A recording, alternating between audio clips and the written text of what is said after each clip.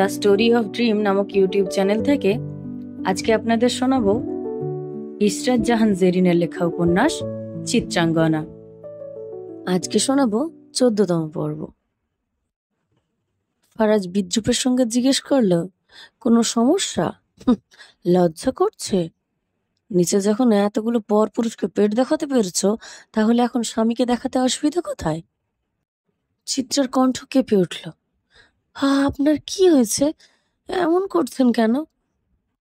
ফরাজ ক্ষিপ্ত হয়ে চিত্রার বাহু টেনে আনলো নিজের কাছে। তার গাল চেপে ধরে নিঃস্বার চোখে বলল, বেটি, সহজ কথা বুঝো না? ইংরেজি মারতে হবে? শোনো চিত্রা, তুমি কেবল আমার। কেন বুঝো না বল? অন্য কেউ তোমাকে দেখুক, তোমার দিকে খারাপ নজর দিক, আমি সহ্য করতে পারি না। শিরায় শিরায় জ্বালা ধরে। আর তুমি বললে আগুনে ঘি ঢালো। মন তো চাই দেই দুইটা কানের নিচে লাগিয়ে। খালি আমার রক্তে মিশে গেছো দেখে ছাড় দিচ্ছি। দেখুন, শান্ত হন। কি এমন করেছি? কারা নজর দিল? এই চুপ, প্রশ্ন শুনতে চায় না। জাস্ট যা বললাম তাই যেন হয়। ফার্দার আমার কথা অমান্য করলে তোমার সুন্দর পেটটায় সিগারেটের দাগ বসে যাবে। আগুনকে আগুনের ভয় দেখাচ্ছেন এলাহি? ঠোঁট বাঁকিয়ে ধীর কণ্ঠে বলল চিত্রা। ফারাজ একটু থেমে চোখের পাতা কুঁচকে গভীর দৃষ্টি মেলে বলল, বোকা মেয়ে, আগুনের ভয় কেন দেখাবো? মানলাম তুমি আগুন, তবে আমি তো নই। আমি হলাম উত্তাল সমুদ্র। আগুনকে ধ্বংসের ক্ষমতা নিয়ে আমার জন্ম। Mind it. বলেই সে চিত্রার বাহু ছেড়ে দিল। ওয়াইন কুলার খুলে বের করলো মদের বোতল। ঢোক ঢোক করে কয়েক ঘোট গিলে ফেলল। তারপর তার গভীর দৃষ্টি চিত্রার উপর স্থির রেখে বলল, আমি নাস্তা নিয়ে আসছি, খাইয়ে দিব আজ তোমাকে, ততক্ষণে বদলে নাও। চিত্রার মস্তিষ্ক যেন কিছুক্ষণের জন্য কাজ করা বন্ধ করে দিল। এ কেমন অদ্ভুত মানুষ! এ কেমন তার দৈত্য সত্তা! এই তো একটু আগেও শক্ত করে কথা বলছিল, এখন আবার খাইয়ে দিবে বলছে। এই লোক নিজে খেতে পারে, হাত দিয়ে তো খেতে পারে না, অদ্ভুত ভাবে খায়। অভ্যেস তো কি সব ইংরেজদের মতো চামচ দিয়ে খাওয়ার। চিত্রার চোখে এই তো জল চলে আসবে বলে, তবুও সে শক্ত হয়ে দাঁড়িয়ে আছে। চোখে জল আসতে দেবে না সে। এতটাও দুর্বল নয় সে। কম্পিত গলায় সে কেবল জিজ্ঞেস করলো, আপনি খাবেন না? খেয়েছেন? ফারাজ হেসে উঠল। ধীর চিত্তে শুধালো, কখন খেলাম? তৈরি হও, তোমার ক্লাস নেওয়া এখনো বাকি। ক্ষুধা তো আমি অবশ্যই মেটাবো বিবিজান। চিত্রা কামিজ পরে ওয়াশরুম থেকে বের হতেই নিচ থেকে আসা চেঁচামেচির শব্দে ঘাবড়ে যায়।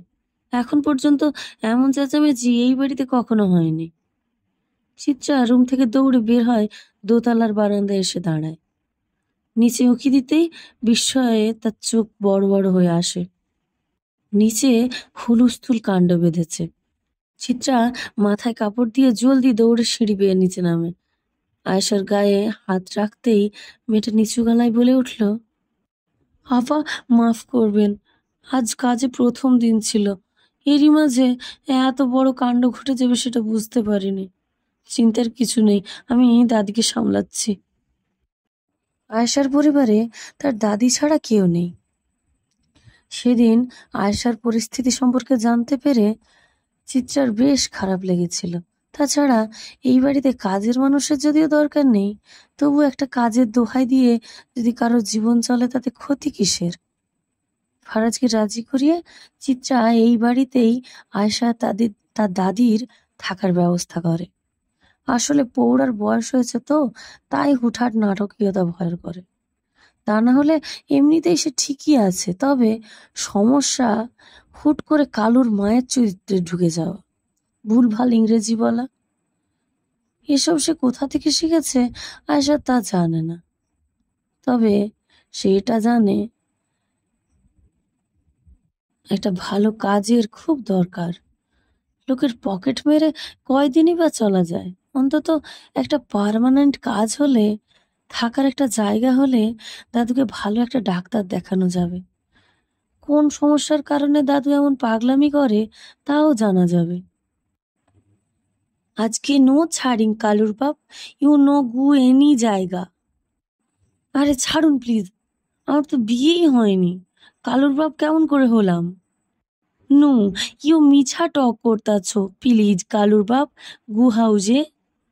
কালুর মিল্ক ফিনিশ, শু, হি কাঁদছে, মিল্ক বাই করতে হইব। ফারাজ এতক্ষণ দাঁড়িয়ে তামাশা উপভোগ করছিল, এবার হাসি চেপে বলল, আরে ছাড়ুন, ও কুদ্দুসের বাপ, ছাড়ুন বলছি। বৃদ্ধা সঙ্গে সঙ্গে খেপে গেল, চোখ রাঙিয়ে ফারাজের দিকে আঙুল তুলে বলল, who are you nonsense Hindu boy, who are you talk করতাছ তাওয়ার মাঝে? এই বাল, মাথা গরম হয়ে যাচ্ছে, থাম বুড়ি এইবার, বলল অভ্র। ফারাজ দাঁড়িয়ে দাঁড়িয়ে মজা নিচ্ছে, খুব কষ্ট করে হাসি আটকে রেখে তামাশা দেখছে। ইউ চেট আপ কালুর বাপ, টালমি হোয়াই ইউ আংরি। বুড়ি, তোমার চেট আপের গুষ্টি কিলায়, ছাড় কইলাম আমারে। শালি আয়েশা, তোর মেন্টাল তার ছেড়ে দাদিকে সামলা, তোদের দুইটারে মেরে কিন্তু যমুনায় ভাসাবো। উদ্ধার কর আমাকে শালি ডাবজোর। দেখ শালা, তুই আমাকে ডাবজোর কইবি না, ইগোতে লাগে। তোমার গুয়ে লাগে বাল।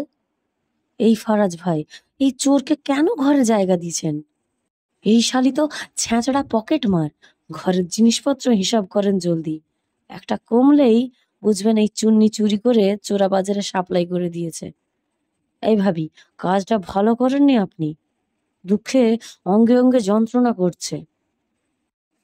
সবার ধৈর্যের বাঁধ যখন ভাঙতে বসেছে, ঠিক তখনই ফারাজ গম্ভীর গর্জনে ধমক দিল, চুপ।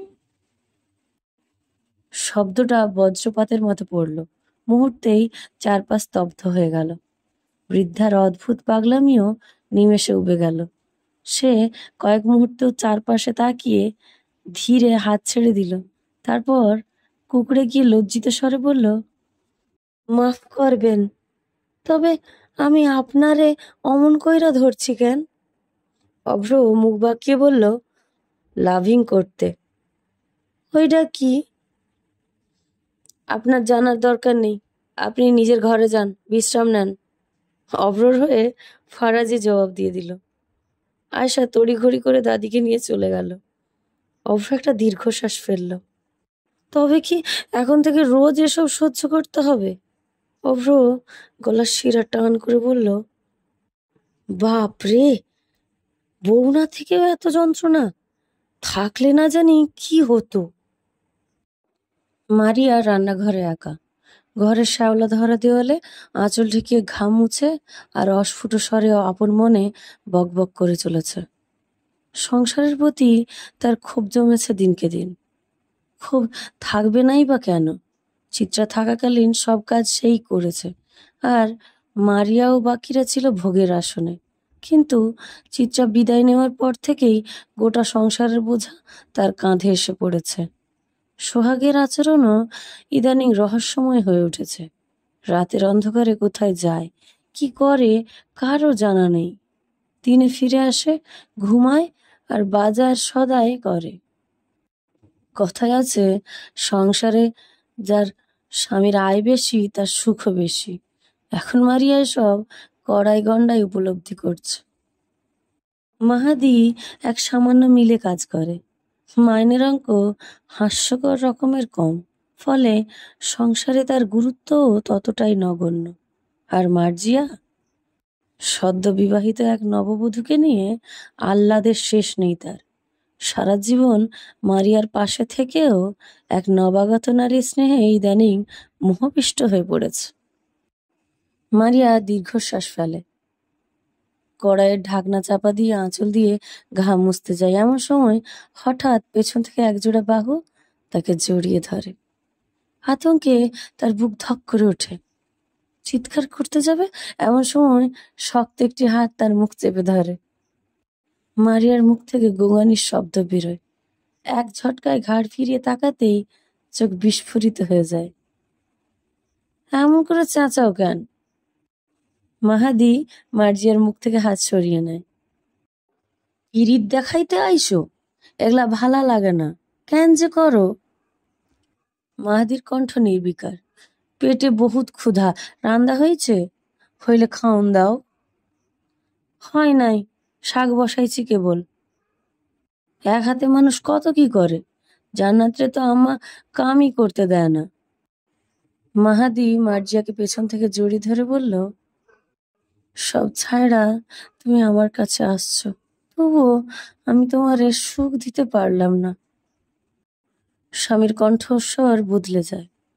সেই কণ্ঠস্বর শুনে মারিয়া বিচলিত হয়ে তার দিকে চেয়ে বলল, এমন হবে কেন বলতাছ?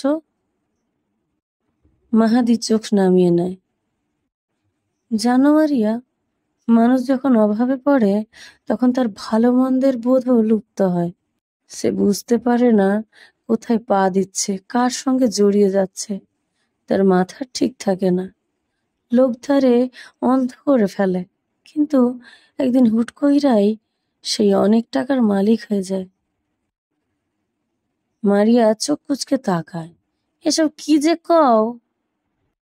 মাহাদি ধীর পায়ে এগিয়ে আসে, তার কপালে আলতো করে চুমু খেয়ে ফিসফিস করে, তোমারে আমি সব দিব মারিয়া, রানী কইরা রাখমু। সেই দিন বেশি দেরি নাই। মারিয়া ধীরে ধীরে মাথা রাখে স্বামীর বুকে, কিন্তু কেন জানি বুকের গভীরে এক আশঙ্কা ঘনায়মান হয়ে উঠছে। তার ভয় হচ্ছে, খুব ভয়। দুপুর গড়িয়ে বিকাল। ফারাজ এই সময়ের পুরোটাই নিচেই কাটিয়েছে, উপরে ওঠার প্রয়োজন অনুভব করেনি। চিত্রাকে খাবার খাইয়ে দেওয়ার কথা ছিল, কিন্তু সে তা করেনি। সকালবেলার দৃশ্য বারবার তার মনের আয়নায় ভেসে উঠছিল। সেই অস্বস্তি ও ক্রোধ থেকে নিজেকে মুক্ত রাখতে সে সারাদিন হলরুমে বসে কাজে নিমগ্ন ছিল। মিতালিকে দিয়ে সে চিত্রা রুমে নাস্তা পাঠিয়েছিল, কিন্তু চিত্রা একবারের জন্য নিচে নামেনি। এমনকি ফারাজ কি করছে, কোথায় আছে তা জানার কৌতূহলও বিন্দুমাত্র প্রকাশ করেনি। তার এই নির্লিপ্ততা, এই উদাসীনতা প্রমাণ করে কতটা বেঈমান সে। তবে আশ্চর্যের বিষয়, এখন আর ফারাজের মনে কোনো ক্রোধ নেই। মন হালকা হতেই সে কিচেনে যায়। আজ সে নিজ হাতে রান্না করবে চিত্রার জন্য বিদেশি খাবার। ডেনমার্কের একটা পরিচিত স্যুপ, নাম গ্রুনশাক স্যুপে। রান্নাঘর থেকে বাকিদের বের করে দিয়েছে, শুধু নীরুকে নিজের পাশে রেখেছে। তবে মিতালি মাঝে মাঝে উঁকি দিচ্ছে রান্নাঘরের ফাঁক দিয়ে। নীরুকে তার একদমই সুবিধার মনে হচ্ছে না। যদি সে খালুর সঙ্গে অতিরিক্ত সখ্যতা গড়ে তোলে, যদি অনাহত ঘনিষ্ঠতা তৈরি হয়, তাহলে চিত্রা আবার কি হবে? না, তাকে পাহারা দিতেই হবে, কড়া পাহারা। অভ্রও তার পেছনে উঁকি দিচ্ছে। সেও এই ঘটনা নিবিড় পর্যবেক্ষণে রাখছে। এমন সময় হঠাৎ অভ্র গরম নিঃশ্বাস অনুভব করে কানের পাশে। শিউরে ওঠে, পেছনে তাকাতেই দেখে আয়েশা তার ঘাড়ের কাছে মুখ এনে রান্নাঘরের ভিতরে উঁকি দেওয়ার চেষ্টা করছে। অভ্র দাঁত পিষে বলল, এই বাল, আমার পেছনে কি? দূরে গিয়ে মর। কাছে মরতে লেমন ফ্লেভারের গন্ধ বেরোবে। তুই শালা দূরে দূরে যা। দেখতাছিস না ফারাজ সাহেবের ওপর নজর রাখতাছি? কেন রে, তোর কেন এত নজর রাখতে হবে? আমি কি মরে গেছি? গুবালি, তুই গিয়ে গুয়ের ব্যবসা কর, এখানে তোর কাজ নেই, যা ভাগ। সঙ্গে তোরে নিয়েই যামু। মারা খা, তুই খা, বাল, তুই একটা মাল। আসো শালি, বাথরুম থেকে তোমারে একবার মাল উঠাইয়া খাওয়ায়, খচ্চর ডাবচোর। চিনি কতখানি দিব চায়ে?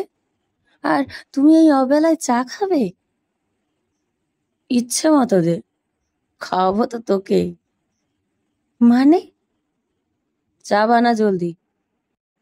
ফারাজ চিত্রার জন্য পাশেই কি একটা খাবার রান্না করছে বিদেশি। রান্নায় সামান্য একটু লবণ দিয়ে ঢাকনা দেয়, তারপর হেলান দিয়ে হাত দুটো বুকে গুজে সরু চোখে তাকায় নিরুর দিকে। নিরু একটু পরপর চুল ঠিক করছে, আপনা আপনি আবার হাসছে। ড্যাব ড্যাব করে তাকিয়ে আছে ফারাজের দিকে। ফারাজের শার্টের 2 হাতে কনুই অব্দি তোলা। নিরু ভালো করে একবার তার দিকে তাকায়। তার শুধু দৃষ্টি আটকে যায় সুদেহী সুদীর্ঘ সৌম্যদর্শনের ন্যায় এই সুদর্শন পুরুষের ওপর। বরাবরই আটকায়। এ নতুন কিছু নয়। চায়ের কাপটা চিত্রার হাতে তুই তুলে দিয়েছিলি? ইস, আমাদের মাঝে আবার ওর কথা কেন? স্পেস চাই ওর থেকে। তুই আগে স্পেসের স্পেলিং কর। সেটা তো পারবি না। এখন বল, চিত্রা হাতে চায়ের ট্রে তুই তুলে দিয়েছিলি? নীরু খানিকক্ষণ নীরব থেকে চোখ নামিয়ে ক্ষীণ স্বরে বলল, হুম। ফারাজ পাশের চুলায় ফুটন্ত চায়ের দিকে তাকিয়ে নিঃশব্দে হাসল। তারপর গভীর কণ্ঠে বলল, এই গরম চা যদি কারোর গায়ের উপর পড়ে তাহলে কি হবে? পুড়ে যাবে ত্বক। ট্রাই করে দেখতে হবে তবে। কথাটা বলা মাত্রই নীরুর কবজি টেনে হাঁচা ফুটন্ত চায়ের পাতিলে ডুবিয়ে দিল সে। নীরু যন্ত্রণায় চিৎকার করে উঠতেই ফারাজ তার মুখের উপর এক তীব্র দৃষ্টি নিক্ষেপ করলো। গম্ভীর স্বরে দাঁতে দাঁত চেপে বলল, সাউন্ড যেন আমার কান অব্দি না আসে, তাহলে এই রান্নাঘরেই পুড়িয়ে মারবো। ভয়ে নীরু নিজের মুখ নিজেই চেপে ধরলো, কিন্তু তীব্র যন্ত্রণা তার চোখে মুখে স্পষ্ট ফুটে উঠল। হাত ছাড়ানোর প্রাণপণ চেষ্টা করেও সে পারল না। ফারাজের শক্তির সঙ্গে পেরে ওঠা তার সাধ্যের বাইরে। আর কখনো চিত্রাকে দিয়ে কিছু করাবি? বল বল বল, জলদি বল। তত দেরি করবি তত যন্ত্রণা পোহাতে হবে। তোর সাহস কি করে হয় আমার বউকে ট্রেন নিয়ে পাঠানোর? না, কখনো না, ছাড়ো প্লিজ। সন্তোষজনক উত্তর পেয়েই ফারাজ নীরুকে ছেড়ে দিল। তার হাত আগুনের ছোঁয়ায় লাল হয়ে ফসকে পড়ে গেছে। নীরু ব্যথায় কুঁকড়ে উঠলেও ফারাজ নির্বিকার। সে টিস্যু দিয়ে নিজের হাতটা মুছে চিত্রার জন্য খাবার বেড়ে প্লেটে সাজায়। পকেট থেকে এক বান্ডেল 1000 টাকার নোট বের করে নীরুর হাতে গুঁজে দিয়ে ঠান্ডা কণ্ঠে বলল, চিল, টাকাটা রাখ। এতে ব্যথাও সারাতে পারবি আর মনও খুশি করতে পারবি। এনজয়। কথাটা বলে ফারাজ যাওয়ার জন্য পা বাড়াতেই নীরু আবার নিজের হাতের দিকে তাকিয়ে চিৎকার করে কাঁদতে শুরু করে। তবে ফারাজ চিবুক শক্ত করে ঘাড় ফিরিয়ে তার দিকে শীতল দৃষ্টিতে চাইতেই কান্নার শব্দ আপনা আপনি বন্ধ হয়ে যায়। ফারাজ এক হাত পকেটে গুজে অন্য হাতে খাবারের প্লেট নিয়ে শীষ বাজাতে বাজাতে রান্নাঘর থেকে বেরিয়ে আসে। তার চেহারা দেখে মনে হচ্ছে কিছুই হয়নি। অভ্র, আয়েশা আর মিতালিকে বহু আগেই রান্নাঘর থেকে সরিয়ে দেওয়া হয়েছে। আয়েশা আজ প্রথম দিন কাজে এসেছে। এসব দৃশ্য দেখলে ভয় পেয়ে যাবে। আর যদি চিত্রাকে কিছু বলে দেয়, ফারাজের বিরুদ্ধাচরণ করার ফল কি হতে পারে সে তো জানেই। মোহনা এক নিবিড় উপন্যাস প্রেমী। তার একাকিত্বের একমাত্র সঙ্গী বই। বহুবার পড়া জহির রায়ানের 1000 বছর ধরে উপন্যাসের পৃষ্ঠাগুলো সে আবার উল্টে যাচ্ছে। তৃষ্ণা মেটে না তার। প্রতিবার পড়লে মনে হয় নতুন করে আবিষ্কার করছে। আপা, আইমু। মোহনা চোখ তুলে তাকাতেই দরজার সামনে দাঁড়িয়ে থাকা রোগাটে চাপা বর্ণের এক কিশোরীকে দেখতে পেল। ভালোবেসে সে মেয়েটিকে ফুল বলে ডাকে। মেয়েটির নাম ফুলি, বয়স 13-14। এই জমিদার বাড়ির মালির ভাতিজি। নারায়ণগঞ্জে থাকে। এবারই প্রথম চাচার বাড়িতে বেড়াতে এসেছে। সেদিন বাগানে গেছিল মোহনা, তখনই চোখে পড়ে ফুলিকে। ফুলির সঙ্গে সেদিন কথা হয় মোহনার। ফুলি বড় বড় চোখ দুটো উজ্জ্বল করে তাকে বলেছিল, আপা, আমি আপনার মতো সুন্দর হইবার চাই। মোহনা ফুলির মাথায় হাত বুলিয়ে শুধিয়েছে, আয়নায় চেয়ে দেখো, তুমি আমার থেকেও সুন্দর। সে কথা শুনে ফুলি খুব খুশি হয়েছিল, খুশিতে হাততালি দিয়েছিল। জমিদার বাড়ির দক্ষিণে বাড়ির কর্মীদের থাকার জন্য আলাদা ব্যবস্থা আছে। যারা দিনরাত এখানে থেকে সেবা করে তাদের জায়গা সেখানে হয়। দুলাল মিয়া দীর্ঘদিন যাবৎ এই বাড়িতে কাজ করে, পরিবার নিয়ে এখানে থাকে। ফুল তো মাত্র কদিন হলো এখানে বেড়াতে এসেছে, আবার চলে যাবে। কিন্তু তার এখানে আসা নিয়েই তো মোহনার যত ভয়। এত বোঝানোর পরও কেন দুলাল মিয়া মেয়েটিকে বাড়ি পাঠিয়ে দিল না? এই বাড়ি বিপদ সংকুল, ফুলির এখানে থাকা মানেই ঝুঁকি। জলদি ভিতরে আসো। মোহনা একবার বাইরে উঁকি দিয়ে নিশ্চিত হলো কেউ দেখছে না তো। তারপর ফুলিকে দ্রুত ঘরে ঢুকিয়ে নিল। এই ফুল, তোকে না বলছি ঘর থেকে বের হবি না, আর তুই এখানে চলে এলি কেন রে? আপা, কালকেও আপনি আসেন নাই বাগানে, আজকেও আস্তা ছিলেন না, দেইখা চইলা এলাম। আমার রুম কে চিনিয়ে দিয়েছে তোকে? একটা মাইয়া। আসার সময় কোনো পুরুষ মানুষ দেখেছিল তোকে? হুম। ফুলি দুপাশে মুখ ফিরিয়ে না বোধক জবাব দেয়। মোহনা ঘড়ির দিকে তাকায়। দুপুরে খেয়ে বাড়ির পুরুষরা বাহিরে বেরিয়েছে। ইদানিং রাতের থেকে দিনে কাজ করে এরা। নিহানটা ঘরে আছে। এই সময় বউ নিয়ে দরজা এঁটে ঘুমানো তার অভ্যেস। বাড়িতে আর কে আছে? অভ্র, ফারাজ, তাদের নিয়ে ভয় নেই। অন্তত মেয়েলি কোনো বিষয় তো নয়। তবে ভয় হয়, এলাহিদের রক্তই তো ধমনীতে বইছে। এদের জন্ম পাপ থেকে, আর পাপ তাদের জীবনের একটা অংশ। তবে পাপ কি? কেবলে কি অপরাধমূলক কাজ করাকে পাপ বলে? উহুম। মিথ্যা বলা, কথা দিয়ে বিশ্বাসঘাতকতা করাও তো পাপ। আর মেয়েজাতকে নিচু করে দেখা, সস্তা মনে করা, সেসব কি মহাপাপ? মোহনার ঘরে খাবারের জিনিসের অভাব নেই। রোশনের রাত জাগলেই ক্ষুধা পায়, তাই ঘরে সবসময় হাবিজাবি এনে রাখে। মোহনা সেখান থেকে একটা বিস্কুটের প্যাকেট ফুলের হাতে ধরিয়ে দিয়ে বলল, আমি তোর চাচার সঙ্গে কথা বলবো, তোকে বাড়ি পাঠিয়ে দিতে। ফুলের নিষ্পাপ মুখটা ছোট হয়ে আসে। সে তো মোহনা আপাকে এত পছন্দ করে, তবু মোহনা আপা খালি তাকে বাড়ি যেতে বলে। মাত্র 2-4 দিন হলো সে এখানে বেড়াতে এসেছে। জীবনে এত বড় বাড়ি সে কখনো দেখেনি। এত জলদি বাড়ি চলে গেলে কেমন করে হয়? আপনি সব সময় আমার বাড়ি যাইবার কন কেন? আমার এই জায়গা ভালো লাগছে, আমি আপনার লগে থাকবার চাই। মোহনার চোখ অশ্রু সজল হলো, কিন্তু সে কাঁদলো না। মোহনাদের কাঁদতে নেই, তারা পাথর, তাদের পাথর হয়েই বাঁচতে হয়। তুই ওদের চোখে পড়িসনি এখনো।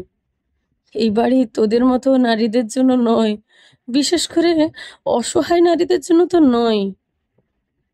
তোর চলে যাওয়াই ভালো। ওদের নজর বাড়ি থেকে শুরু হয় আর বাহিরে গিয়ে শেষ।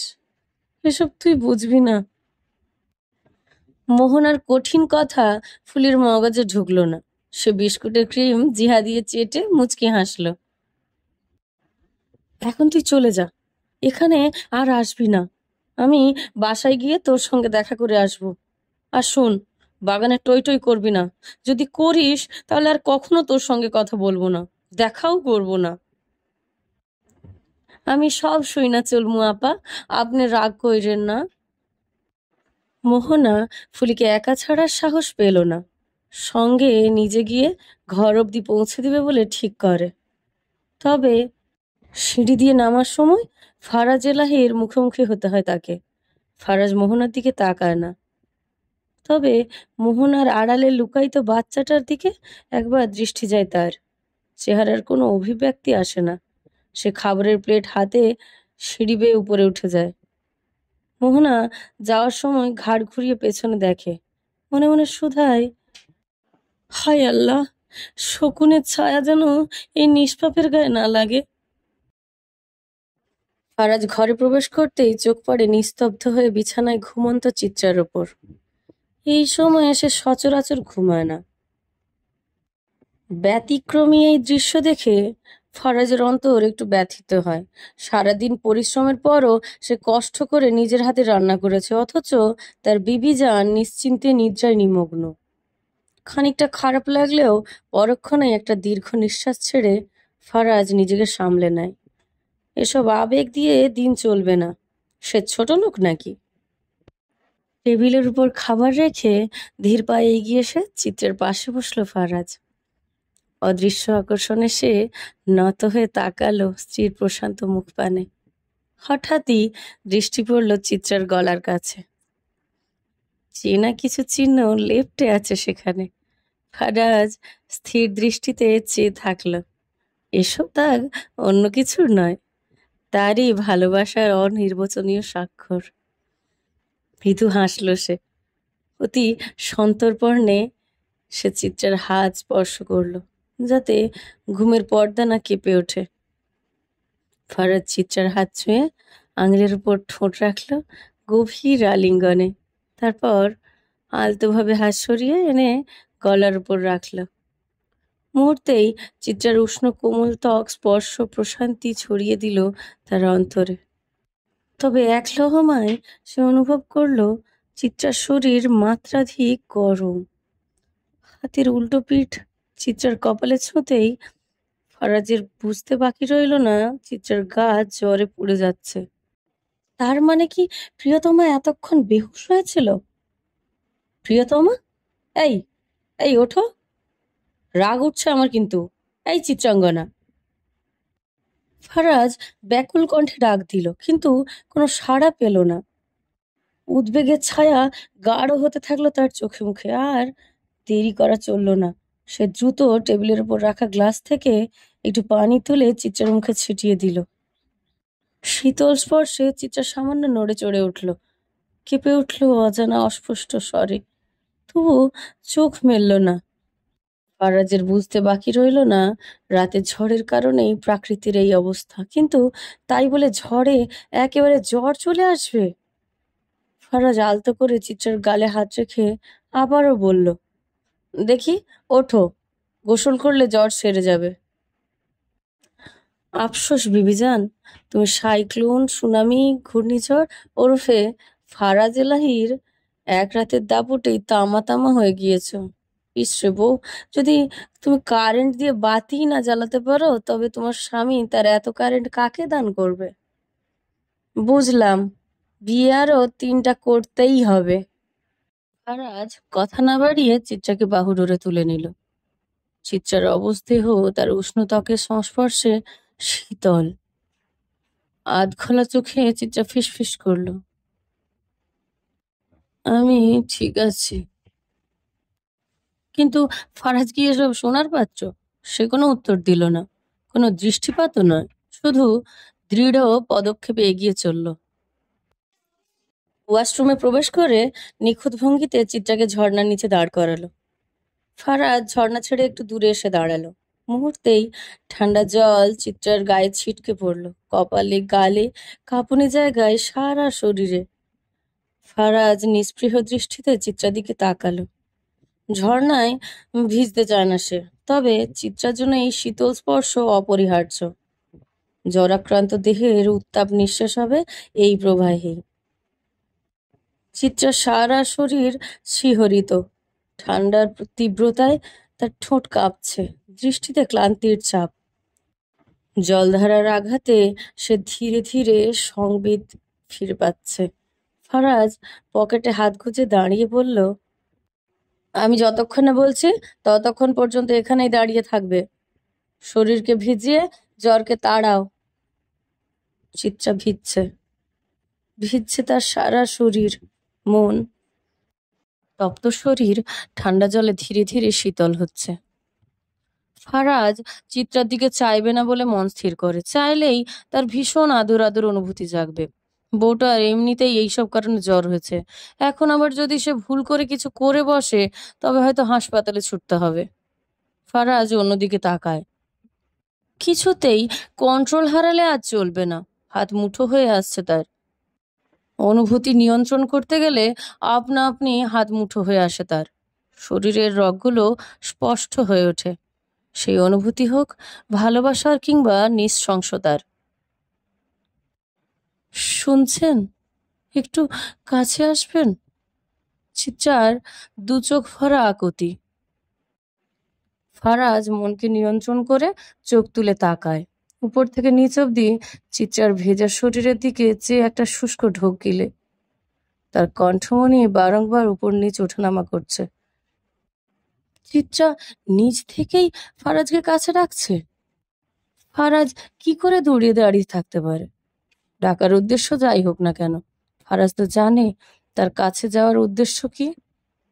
ফারাজ নেশাভরা চোখে গম্ভীর কণ্ঠে চিত্রার দিকে চেয়ে নিজের সাদা শার্টের বোতামে হাত রেখে বলল, ক্ষমা করবেন বিবিজান, আপনার স্বামী নিজেকে নিয়ন্ত্রণ করতে ব্যর্থ। ফারাজ এগিয়ে আসে চিত্রার দিকে। চিত্রার বুঝতে বাকি রইল না, ফারাজের যে মতলব সুবিধার নয়। সে এক পা পিছিয়ে যায়। দেখুন, এখানে না। হুম, সবখানেই। ফারাজ বাঁকা হাসলো। হেসে ঝর্ণার নিচে দাঁড়িয়ে কাছে টেনে নিল চিত্রাকে। চিত্রা চুপ। প্রতিরোধের ইচ্ছে ছিল হয়তো, এখনো আছে, তবে শরীর সেই ইচ্ছের সঙ্গে সাযুজ্য রাখতে পারছে না। জ্বরের ক্লান্তিতে তার হাত দুটো কাঁপছে, চোখ দুটো আধবোঝা। ফারাজের আঙুল ধীরে ধীরে উঠে চিত্রার গ্রীবা বেয়ে অধর স্পর্শ করলো। স্পর্শ নয়, এ যেন দাবি, এ যেন ভালোবাসায় বোনা অধিকার। ফারাজের ওষ্ঠের পরশ চিত্রাকে ছুঁয়ে যেতেই তার ছোট্ট শরীরটা কেঁপে উঠল। ফারাজ তা দেখে হাসলো, শুধালো, এখনই ভয় করছে? থেমে পুনরায় হেসে গান ধরল, अभी तो ये पहली मंजिल है, तुम तो अभी से घबरा गए।